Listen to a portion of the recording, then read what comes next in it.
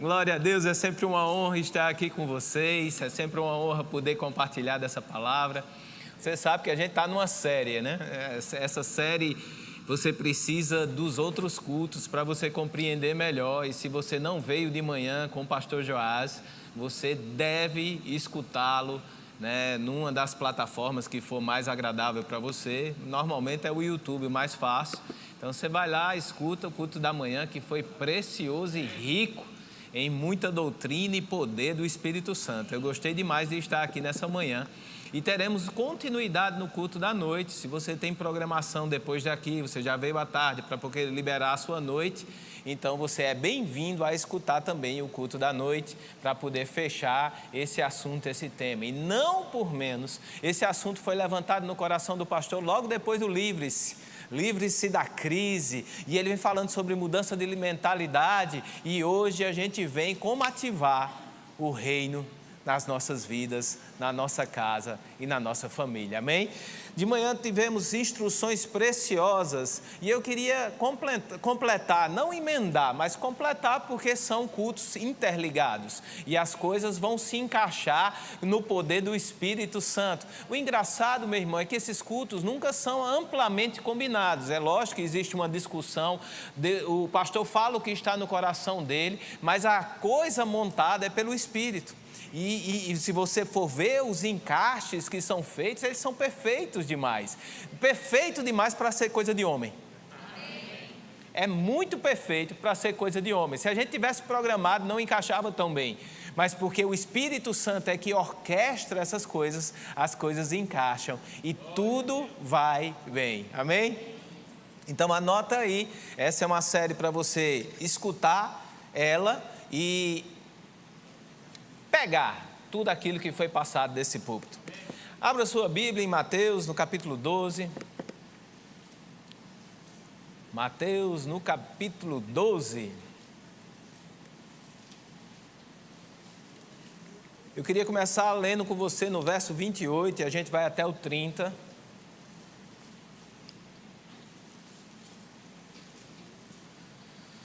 Doze, 28 diz assim: se porém eu, Jesus falando, expulso demônios pelo Espírito de Deus, certamente é chegado o reino de Deus sobre vós. Vamos contextualizar, porque parece ser muito chocante o que Jesus está falando, e se você é novo, talvez não saiba o contexto da história. Jesus, ele expulsa, está com o ministério em atuação, expulsando demônios, curando pessoas, e os fariseus da época, para justificar o injustificável, para justificar que Jesus não era o Filho de Deus, o Messias prometido, porque ele não se encaixava dentro do contexto daquilo que eles entendiam ser o Messias, e esse contexto era fora da Bíblia. Para justificar isso, eles disseram: Jesus, ele faz esses milagres, ele expulsa esses demônios pelo Beelzebu, o pai de todos os demônios. E Jesus faz uma explanação, diz que uma casa não pode ser dividida contra si mesmo. Se Satanás expulsa Satanás, ele está dividido e a casa não pode subsistir. Nem no inferno divisão funciona. Você entende isso? Nem no inferno, se tiver dividido, vai funcionar. Até no inferno, para dar certo, precisa ter uma hierarquia e um ser pensante que comanda aquilo ali. Então ele começa a dizer: olha, se fosse assim, não tínhamos que nos preocupar com o inferno ia se acabar dividido em si. Mas, contudo, todavia, se eu faço isso pelo Espírito, e uma versão diz: se eu faço essas coisas, se eu expulso demônios, se eu curo pessoas pelo poder do Espírito, é claro que o reino chegou para vocês. Numa outra versão diz assim a respeito do reino chegou: então o fim do reino de Satanás chegou. Eu gosto que as duas versões elas se completam. Uma determina que a manifestação do reino dos céus bota fim ao domínio do inferno sobre a nossa vida. Uma vez que o reino se manifesta, chegou o fim, o reino de Satanás. A manifestação do reino dos céus, ela impõe obrigatoriamente o fim da ação demoníaca ou da influência de reino que existe do inferno sobre nós. Porque o Satanás ele ainda não foi para o inferno, ele ainda vai. Isso é uma coisa profetizada, isso vai se cumprir, ele vai para o lago de fogo, de enxofre. Esse foi construído e determinado para a eternidade para ele e todos aqueles que o quiserem seguir. Diga eu não. Glória a Deus. Então, se ele ainda não foi, existe uma ação contínua do inferno e ele continua a agir. Você concorda com isso? Mas quando ele diz chegou o fim o reino, significa que uma vez submetida ao reino dos céus, essa ação de Satanás, ela não tem mais o poder de lhe dominar. É como se você se submetendo a um reino, o outro reino não tem mais domínio sobre você. Uma vez que você se submete ao reino dos céus, o reino do inferno chega. Ele não tem mais autoridade sobre você. E o versículo continua no 29, ele diz assim: ou como pode alguém entrar na casa do valente e roubar-lhe os bens, sem primeiro amarrá-lo? Numa outra versão diz, primeiro ele deve ser dominado e amarrado por alguém que é mais forte do que ele. Jesus está explicando que esse domínio do inferno, ele não acabou num acordo entre cavalheiros. Deus não chegou num acordo com Satanás e disse, olha, segura um pouquinho, faz um armistício, vamos cessar fogo, né? E a gente vai conviver pacificamente. Eu ainda vou deixar você trabalhar para mim, você tenta. Aqueles que ficarem com você, ficarão com você, e os que escolherem a mim, escolherão. Não foi isso, meu irmão, foi um domínio, o mais forte venceu. O domínio que Jesus exerce sobre as trevas não é de acordo entre cavalheiros, mas é o domínio de um conquistador. O mais forte amarrou. E ele continua, ele diz assim, então lhe saqueará a casa. Pensa direitinho. Toda vez que existe conquista, existe despojo. Toda vez que existe conquista, existe despojo. O que é despojo? São os bens que estavam sobre o domínio daquele que foi conquistado e agora passa a ser dominado por aquele que o conquistou. Vamos continuar que a ideia é boa, vai segurando a ideia, vamos lá. No verso 30 diz, quem não é por mim, é contra mim. Diga para mim, diga comigo. Eu não gosto muito de mandar você repetir, mas eu vou mandar você repetir isso aqui. Diga comigo, quem não é contra Jesus, quem não é a favor de Jesus, é contra Jesus. Existe meio termo? Você percebe que não existe meio termo, não existe simpatizante, o S não cabe aqui. O S de simpatizante do evangelho não cabe. Ou você está a favor, ou você está contra. Ele continua e diz assim, e quem comigo não ajunta, espalha. Olha numa outra versão esse mesmo versículo para você entender melhor. Diz assim, então junte-se a mim, pois se você não está do meu lado, está contra mim. E se você se recusar a me ajudar a recolher os despojos, você está piorando as coisas. Olha que precioso, gente. Jesus, ele está convocando aqueles que estão a favor dele a recolher despojos. Isso quer dizer que existem coisas que estão sendo deixadas no campo, que se ninguém for lá pegar, não vai ser utilizada no reino. Vamos lá, aspectos práticos, por favor, saia dessa teoria e me dê o que isso serve para a minha vida. Não existe nada amaldiçoado em si. O dinheiro não é amaldiçoado. Quem utiliza o dinheiro, se for amaldiçoado, vai usar para maldição. Mas se for um abençoado que tiver com dinheiro, não existe nada amaldiçoado em si. Maldição é a ausência de Deus, mas à medida que um santo toma posse, aquilo agora é bênção. Não existe emprego amaldiçoado. E eu pensei em alguém me perguntando no final pastor, eu trabalho num centro de macumba. Então, se é esse o seu caso, venha conversar comigo e a gente vai ver. Não existe trabalho amaldiçoado, porque quando chega um santo naquele trabalho e toma posse, aquele lugar agora é abençoado. O que é que você está fazendo? Está ajudando Jesus a pegar o despojo. Você está santificando onde quer que você chega, porque ali chegou um santo. E agora, aquilo que antes tinha um direcionamento maligno na sua mão, na sua posse, aquilo agora vai tomar um direcionamento que vai honrar e glorificar o nome de Jesus. Na mesma maneira, não existe ninguém amaldiçoado para danação. Não existe ninguém, não existe pessoa no mundo que não possa ser salva por essa graça.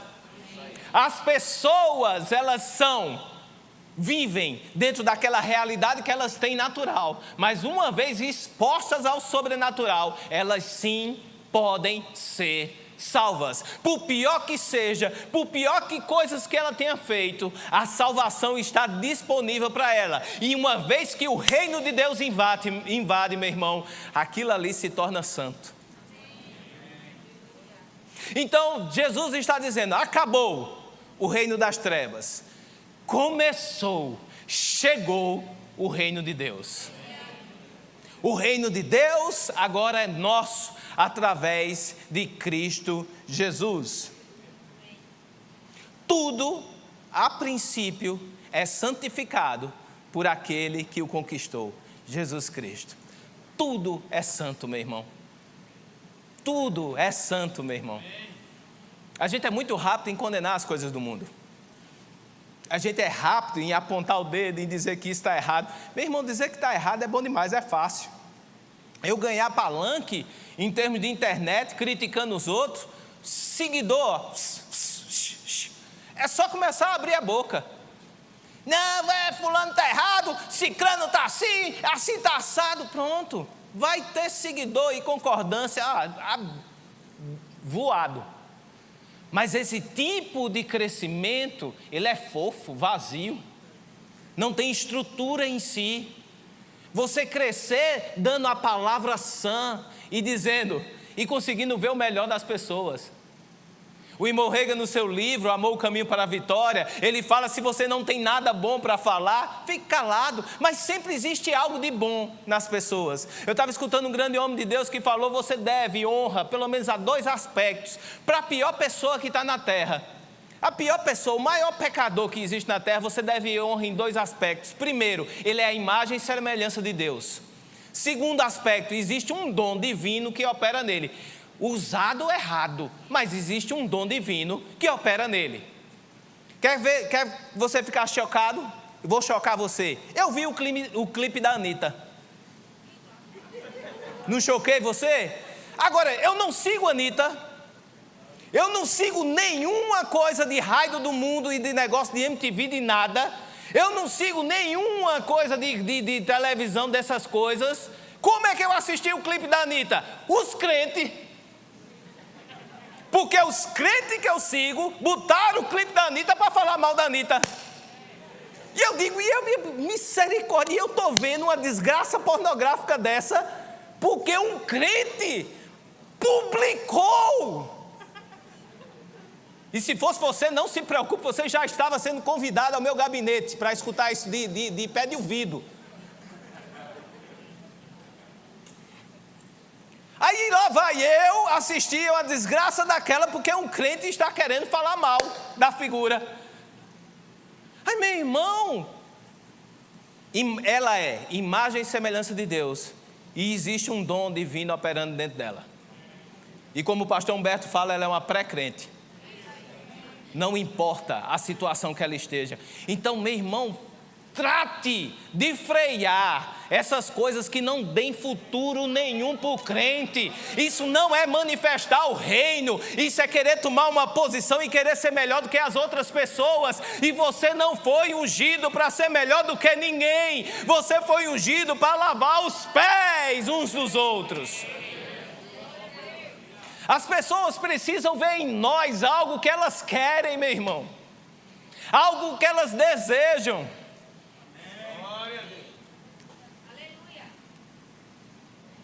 Dito isso, abre em Lucas, capítulo 17.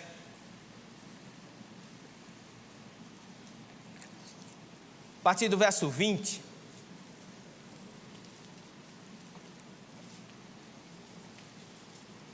Sabemos que o reino de Deus foi estabelecido em Jesus. E como é que esse reino se relaciona conosco? Qual é o contato que nós temos com esse reino? Lucas capítulo 17, no verso 20, diz assim: interrogado pelos fariseus sobre quando viria o reino de Deus, Jesus lhes respondeu: não vem o reino de Deus com visível aparência, nem dirão ele aqui ou lá está, porque o reino de Deus está. Qual é o contato que eu tenho com o reino de Deus? O reino de Deus está dentro de nós. Dentro de nós. Ainda não é um reino, ainda não é. Porque será, no milênio vai ser um reino, Jesus vai reinar corporealmente aqui na terra, mas por enquanto ainda não é esse reino natural, mas é um reino por dentro de você. Quer entender um pouco mais? Sim ou não? João 14, abra lá.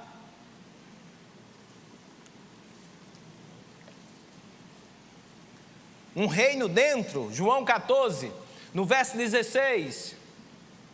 Fala o seguinte, João 14, 16. E eu rogarei ao Pai, e Ele vos dará outro, semelhante da mesma espécie, Consolador, a fim que esteja para sempre convosco, o Espírito da verdade que o mundo não pode receber, porque não o vê, nem o conhece. Vós o conheceis, porque Ele habita convosco e estará em vós.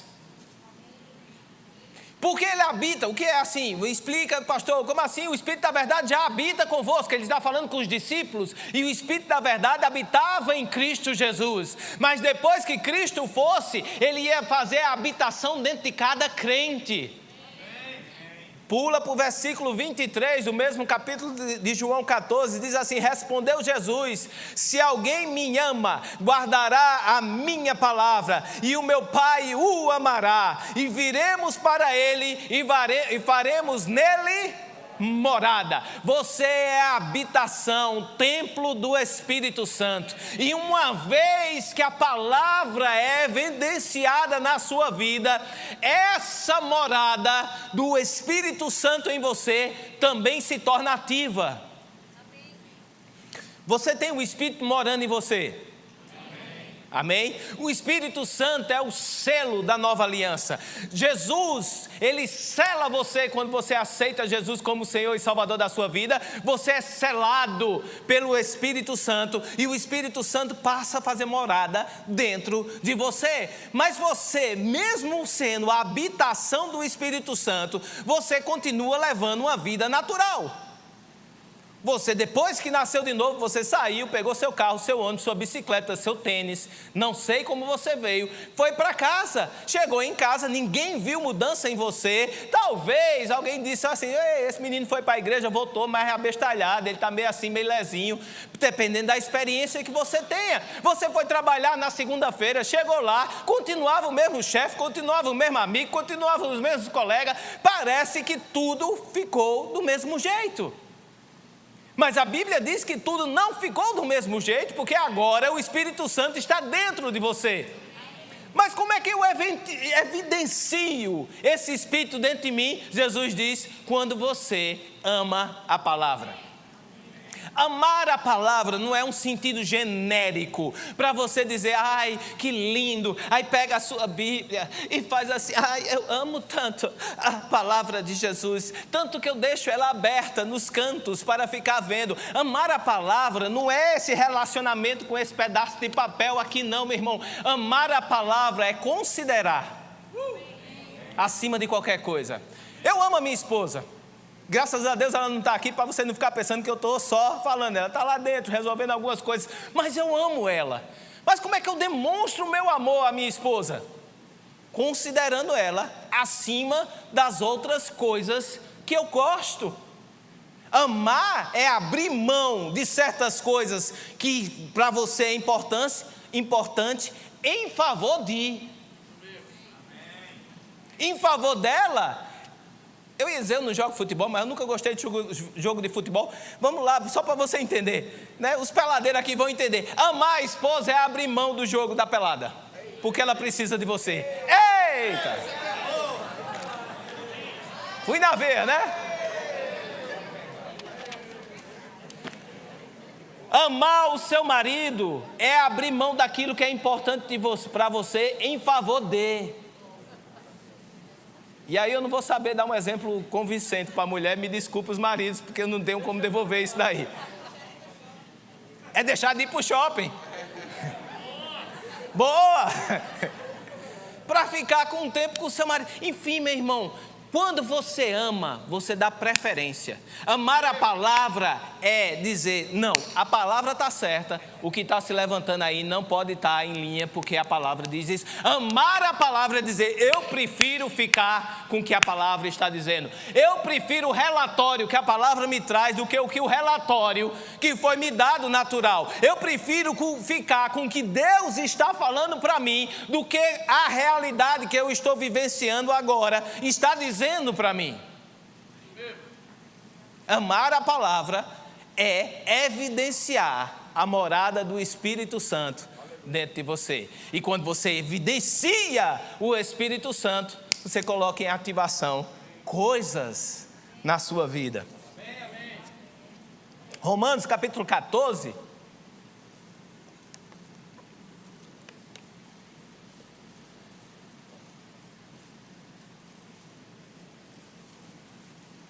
Romanos capítulo 14, verso 17, diz assim, porque o reino de Deus não é comida, nem bebida, mas justiça e paz e alegria. Aonde?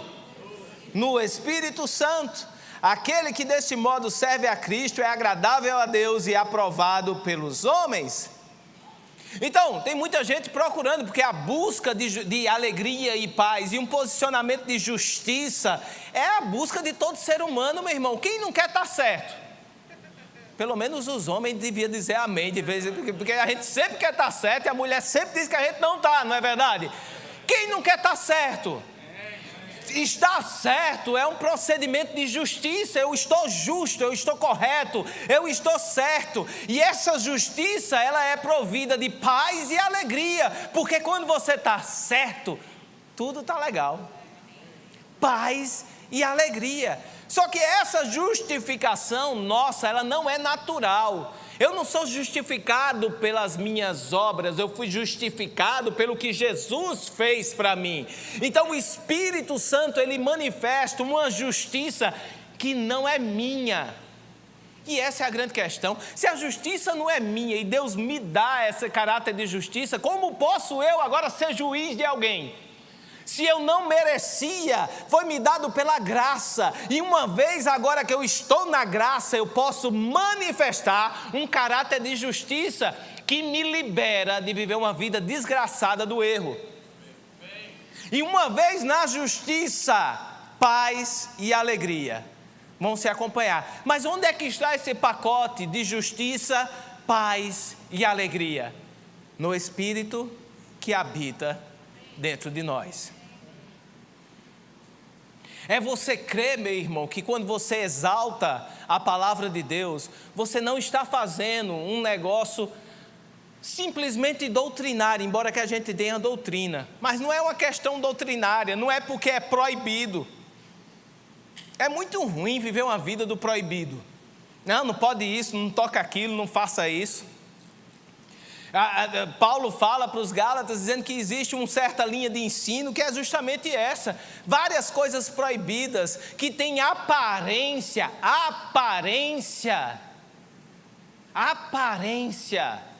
mas falta o essencial, poder de transformar, poder de fazer a diferença. Não é uma questão, meu irmão, de poder ou não poder, é uma questão de você ser e manifestar o poder de Deus dentro desse contexto. é de você viver uma verdade. A palavra de Deus não é um livro de regras do que pode ou não pode, é a verdade de quem você é. A Bíblia diz em 1 Coríntios, no capítulo 2, o capítulo 2 é dever de casa. Ninguém anotou. Como é que você vai lembrar? 1 Coríntios capítulo 2, você vai ler em casa. Numa versão, não, é muito simples, você vai ler em 3 versões. Eu não tenho 3 versões, online tem 3 versões, você consegue. Dever de casa, 1 Coríntios capítulo 2, 1 Coríntios capítulo 2, e em 1 Coríntios capítulo 2, ele fala a respeito de algo que o Espírito Santo faz. Na mensagem, no verso 10, ele diz, o Espírito, não satisfeito em ficar na superfície, ele mergulha nas profundezas de Deus e traz a revelação de quem você é. A jornada da gente, meu irmão, é uma jornada sim de conhecer o Senhor, mas principalmente de nos conhecer aos olhos dele. Estamos numa jornada de conhecer a Deus, mas um Deus que quer nos revelar quem nós somos aos olhos dele. E isso é que faz a diferença. Quando nós conseguimos nos enxergar aos olhos de Deus, essa diferença vai se manifestar. A solução que você tanto procura não está fora, mas está dentro de você. A resposta já está dentro de você. Eu acho que tem poucas pessoas procurando. Você veio aqui, mas você não está procurando nada de Deus, por isso que você está tranquilo. Quantos aqui estão numa busca de uma resposta? A resposta está dentro de você.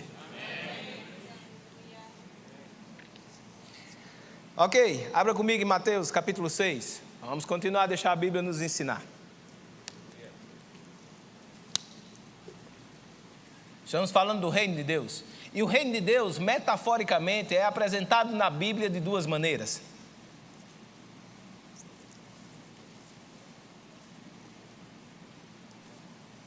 E a gente já vai falar delas. Abriu Mateus capítulo 6, verso 33, diz assim: buscai, pois, em primeiro lugar. Diga comigo, em primeiro lugar. Esse primeiro lugar não é uma ordem cronológica de como você deve viver sua vida. Tem muita gente que entende esse primeiro lugar que diz assim, olha, primeiro lugar Deus, depois eu, depois a minha família, depois o meu trabalho, depois a igreja. E é bom você ter uma ordem de prioridade na sua vida, não tem problema nenhum de você criar suas prioridades. Isso é problema seu, meu irmão, e crie suas prioridades. Mas a Bíblia não está mandando você fazer isso.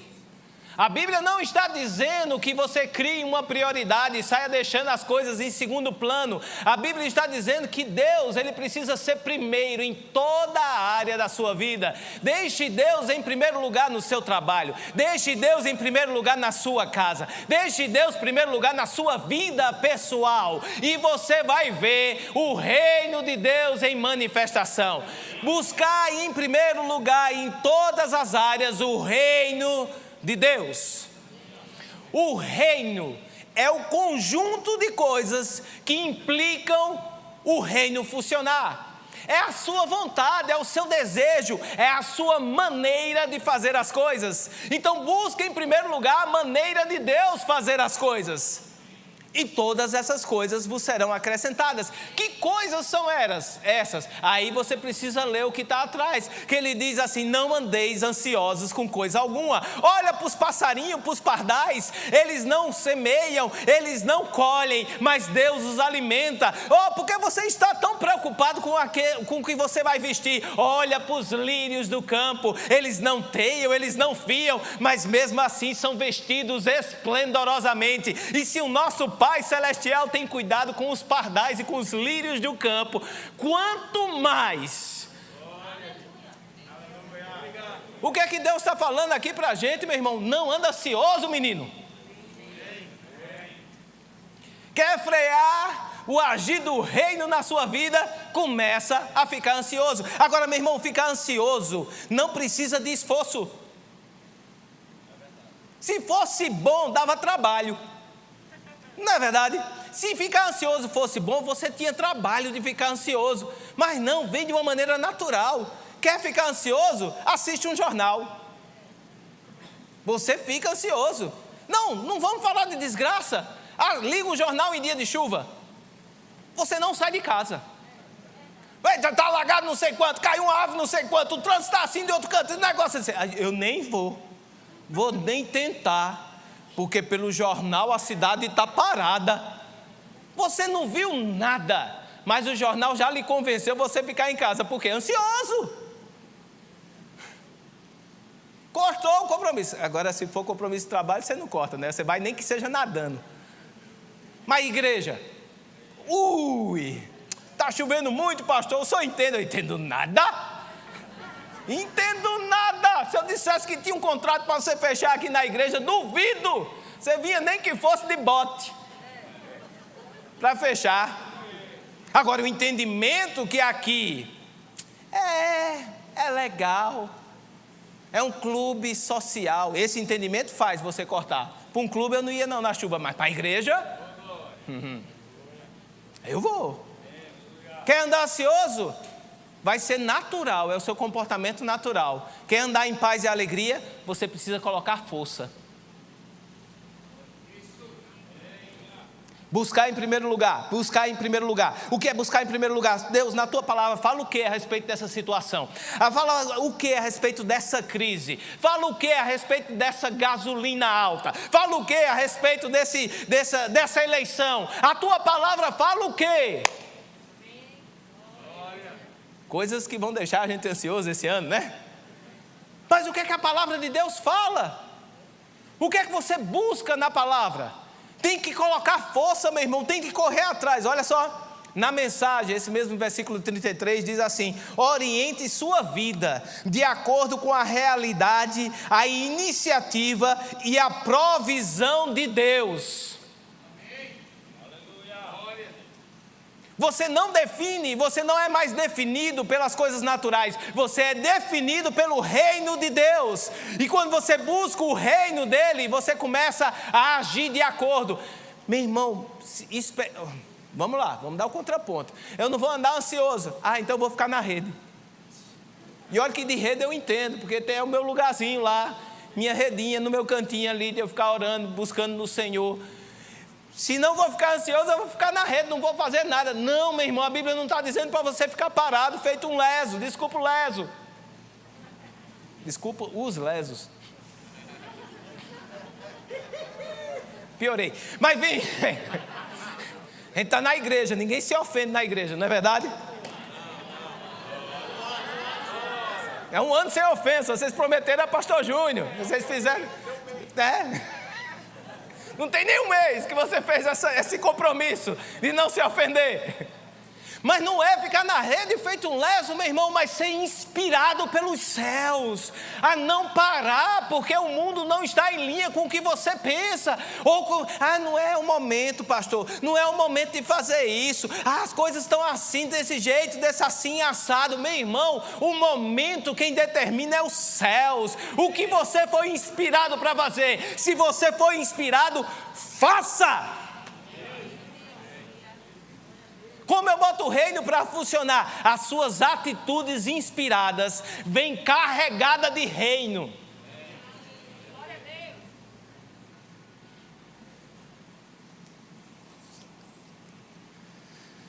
Duas maneiras que o reino ele é representado, duas parábolas, duas figuras. A primeira é uma semente. O reino é manifesto como uma semente. Está lá em Mateus 13, capítulo 33, capítulo 13, verso 33, abra lá. Perdão, você vai ainda para esse, marca seu dedo aí nesse que você já chegou, e você vai primeiro em Marcos, capítulo 4, verso 26. Enganado pela referência. Marcos, capítulo 4, verso 26, a gente volta em Mateus, ok? Marcos 4, verso 26, disse ainda: o reino de Deus é assim, como se um homem lançasse a semente à terra, depois dormisse e se levantasse, de noite e de dia a semente germinasse e crescesse, não sabendo ele como. O reino de Deus é como uma semente, não está o resultado lá, meu irmão, mas você lança uma semente, você lança uma palavra, você lança uma oferta, você lança um abraço, você lança uma visita, você lança um agir inspirado por Deus, e você não sabe como, meu irmão, mas aquilo ali vai retornar para você. Colocar o reino em funcionamento é ser inspirado para lançar uma semente. Lance uma semente nas inspirações divinas, porque o resultado vai acontecer. Mas como vai acontecer? A Bíblia diz que a gente não sabe como.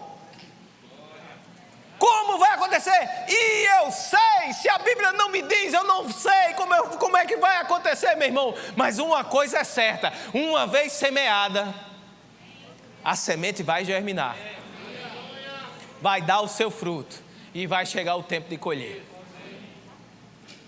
Como é? Não sei. Para de querer saber como, mas seja inspirado para. Não, para de correr atrás do como. Ai, como vai ser? Tem gente pedindo explicação do blueprint de Deus, dizendo eu preciso saber de tudinho. É Cláudia quando vem me mostrar os projetos.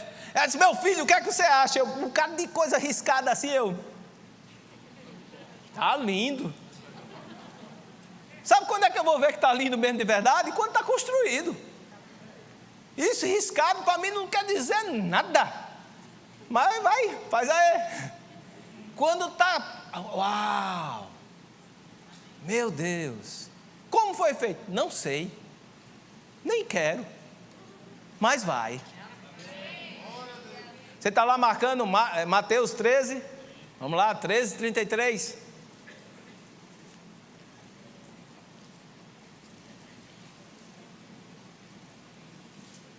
A outra parábola que fala, diz assim, diz-lhe outra parábola, o reino dos céus é semelhante o quê? Ao fermento de uma mulher, que uma mulher tomou e escondeu em 3 medidas de farinha até ficar tudo levedado. O engraçado que normalmente na Bíblia fermento é coisa ruim. Essa é a única exceção. Normalmente na Bíblia você vai ver fermento, ele é uma coisa ruim. O próprio Jesus falou do fermento dos fariseus e do fermento de Herodes, que a gente devia se guardar desse fermento. O fermento dos fariseus, eles é a doutrina deles, é a hipocrisia deles. E o fermento de Herodes é a humanidade, o humanismo, o homem o centro de tudo. O sistema político, a sociedade, como ela funciona em cima de um fermento, de humanismo. É você e o seu umbigo e acabou-se. O fermento dos fariseus é religiosidade, só tem aparência não tem o centro verdadeiro. Jesus, olha, sepulcro caiado, fora está bonitinho, mas dentro está podre. Ele diz, olha, foge desses fermentos. Mas deixa eu dizer, o reino de Deus também é um fermento. O reino de Deus também funciona como fermento, que uma vez liberado, meu irmão, não tem volta. Uma vez que você libera o reino de Deus, não tem volta, coisas começam a acontecer fora do seu controle. Qual é o controle da mulher? Jogar o fermento na massa e depois a coisa anda só. Não, se eu fosse você, eu começava, pensa comigo, vamos lá, eu vou me descabelar aqui um pouquinho. Vamos lá, pensa comigo, se você fosse responsável do resultado, o quão ansioso você ia andar? Meu irmão, eu tenho que praticar essa palavra e eu sou responsável pelo resultado que a palavra... Eu tenho que trabalhar para fazer, para não envergonhar o evangelho. Meu Deus! Cara, não, evangelho não. Porque os parâmetros celestiais divinos são muito altos, eu não consigo alcançar. Se sou eu que tenho que garantir o resultado, eu caio fora. Não quero a tarefa. Mas Deus está dizendo aqui que minha responsabilidade é liberar. Uma vez que eu libero... Quem vai garantir o resultado é a própria palavra que foi liberada. Então eu tenho que ser diligente o suficiente para estar em linha com os céus a respeito daquele assunto para o quê? Liberar. E uma vez que eu libero o efeito da levedura, uma vez que eu misturei, é o fermento que vai fazer acontecer. Agora vamos lá, os fermentos lá são naturais, tanto de fariseu quanto de Herodes. Esse fermento é celestial, é o fermento do reino de Deus. Esses aqui, eles funcionam dentro de um aspecto natural. E todo crente pode estar um ou no outro. Vamos lá? Tem uma oferta, 1º de maio. Fermento de Herodes. O que é que eu ganho com isso? Fermento dos fariseus. Meu pouquinho, não faz nem diferença. Esse semear é só um tiquetozinho, eu ganho tão pouco. Que R$40 vai ser nessa oferta. Bichinho de mim, coitadinho de mim. Eu dou, mas dou em amor. Não quero nem nada em troca. Âmbito natural, não tem poder. Está lidando com o natural. O que é que o fermento do reino faz? Uma oferta. Pai, quanto é que eu dou? Pai, fala aqui no meu coração, fala no meu espírito. Sim, pai, oração nervosa, é porque o horário estourou. Aí eu preciso ser oração nervosa. Se tivesse mais horário, eu fazia uma oração mais calma. Eita, pai, fala comigo, Jeová! Quanto é que eu vou dar? Por quê? Porque na liberação da inspiração, não somente o que eu estou dando vai abençoar qualquer pessoa aqui, mas eu também vou ser abençoado por aquilo que eu estou liberando. O reino em movimentação libera o poder de Deus. Colocar o poder de Deus em movimento por liberação do reino. Quando você libera o reino de Deus começa a trabalhar a seu favor. Gostaria de chamar o grupo de louvor. Queria que você ficasse em pé. Vamos ceiar poderosamente, entendendo que ativamos o reino através do Espírito e da palavra em nós.